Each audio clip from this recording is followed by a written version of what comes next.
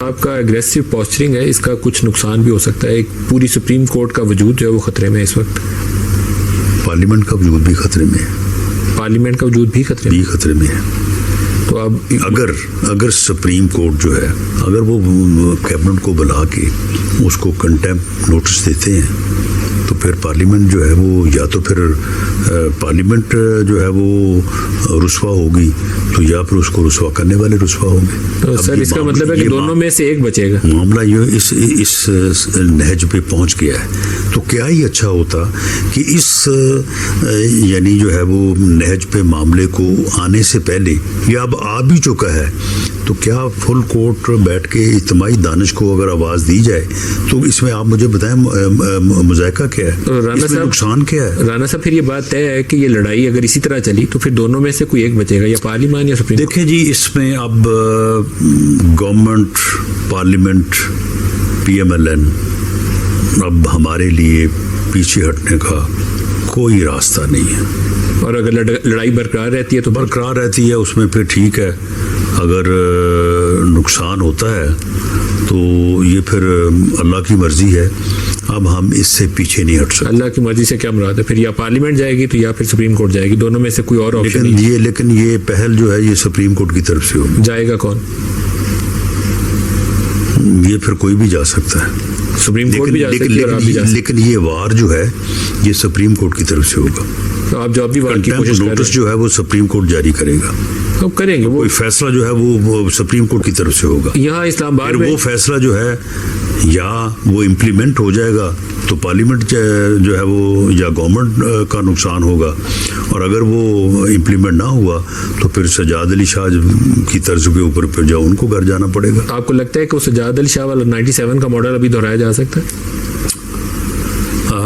بہرحال جب کسی کا وجود جو ہے وہ ختم ہونے پہ آئے تو ہر کوئی کوشش تو کرتا ہے کہ اس کا وجود برقرار رہے.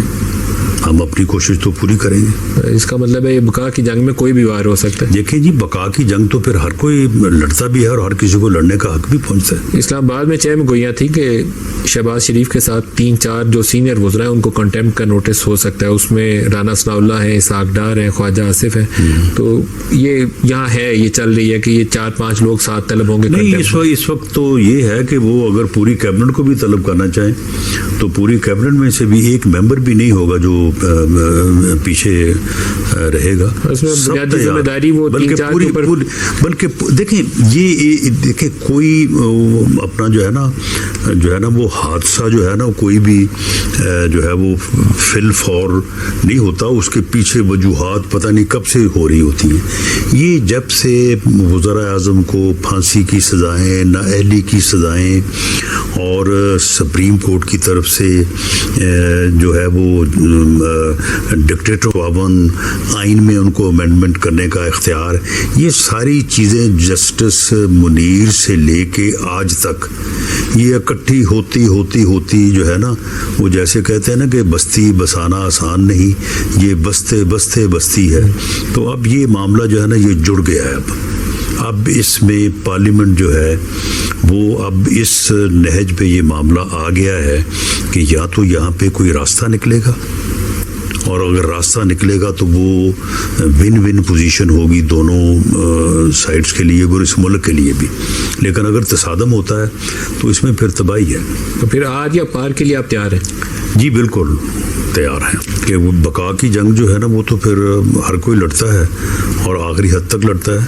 تو اگر ایسا کوئی موقع آیا جو کہ میری دعا بھی ہے, میری خواہش بھی ہے کہ نہ آئے, لیکن اگر آیا تو پھر تو جو بھی ہتھیار اس وقت اویلیبل ہوگا ہمیں بھی اور دوسری طرف بھی وہ تو پھر اس کو استعمال کیا جائے گا.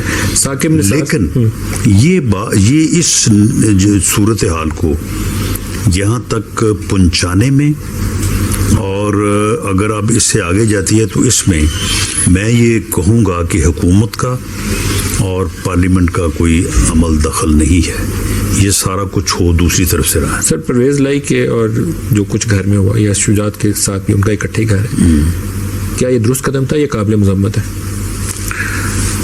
دیکھیں میں اس اقدام کے دونوں پہلو جو ہیں میں ان کو سمجھتا ہوں کہ یہ غلط ہے. میں ان دونوں پہلوؤں کو کسی طور پہ اوپر ایک سیاسی کارکن کے طور پہ انڈورس نہیں کر پھر ہوا کیسے؟ نمبر 1، چودھری پرویز الہی کو ایسا نہیں کرنا چاہیے تھا. بھائی تم اتنے بڑے لیڈر ہو، تم 2 دفعہ یا 3 دفعہ تم چیف منسٹر رہے ہو، اگر یہ چلے گئے ہیں وارنٹ لے کے تو تمہارا کیا جاتا ہے؟ تمہاری سیاست میں بھی جو ہے وہ تمہیں فائدہ پہنچتا ہو، چوتھے دن 5ویں دن 6ٹھے دن تم بیل پہ آ جاتے. یعنی اس طرح سے چوروں کی طرح چھپ کمروں کے اندر جا گھسنا اور آگے سے آگے کسی طرف سے دیوار بلانگنا یا کسی جگہ پہ چھپ کے بیٹھ جانا، یہ میں سمجھتا ہوں کہ اس کے لیے بھی انتہائی نامناسب. اور یہ جو اس کے ان کی دیواریں پلانگی گئی، جس طرح سے اس کے گیٹ کو جو ہے وہ بلڈوز کیا گیا، میں سمجھتا ہوں یہ بھی غلط، قابل مذمت ہے سر. جی بالکل. اس سر یہ جو 4 دیواری ہے اور گھر کی خواتین ہے، اس کا اگر آپ تقدس نہیں برقرار رکھیں گے نا تو کل آپ کے گھروں کے ساتھ میں سمجھتا ہوں کہ اس کا تقدس ہے وہ بائی آل مینز جو ہے وہ برقرار رکھا جانا چاہیے اور رکھا جانا چاہیے تھا. اور مجھے اس بات کے اوپر افسوس ہے. اور آج بھی میں سمجھتا ہوں کہ عمران خان کو سیکورٹی خدشات ہیں. جی ہیں، اور اس وقت تو بہت زیادہ ہے.